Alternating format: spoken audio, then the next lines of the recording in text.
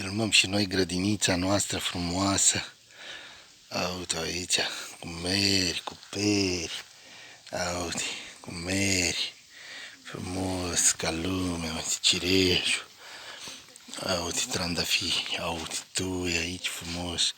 Trandafirașii care încearcă să florească iarăși. Uite aici perile, au cum stau perișoarele frumos, uite. Uite, să mănânci Georgica cu alea când s-o cocă. Uite perișoarele, ce frumos stau, uite. Uite cum stă perișoarele aici, la Georgica, uite. Uite cum stă perișoarele, uite tuia frumos. Uite trandafiraș, alt trandafiraș. Alt perișor aici care se coace și are foarte bune perițele. Uite. Aici frumos tuia, uite pe aici între stâlpii ăștia o să-i pun la gard tot așa tuia frumos, ca lumea, o să facă Georgica cu ajutorul lui Dumnezeu și al lui Măicuța. Ăsta e un măr pus golden, delicios. Uite brăduții lui Georgica aici frumoși. Uite așa. Uite brăduții. Aici, uite, e un cais care e foarte frumos. Aici e butucii lui Georgica care o să facă Georgica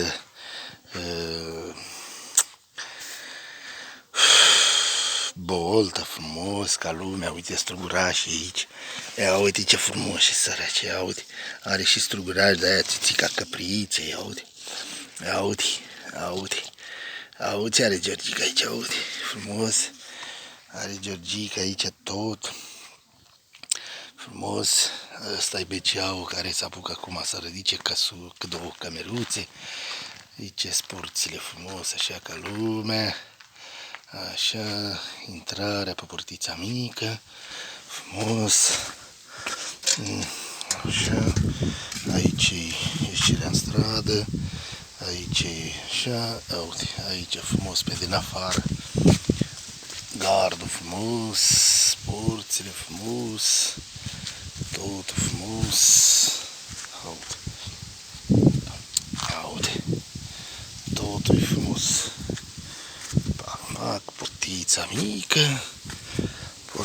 mică, așa frumos. Aici o să vină lămpi pe stâlp, frumos, cu lumină. Aici o să vină o jardinierie cu flori frumos ca lumea.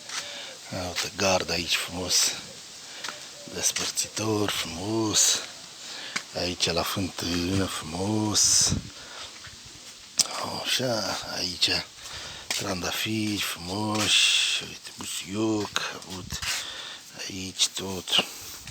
Pac, frumos. Totul ca lumea. Uite, aici am pus terasa, totul perfect.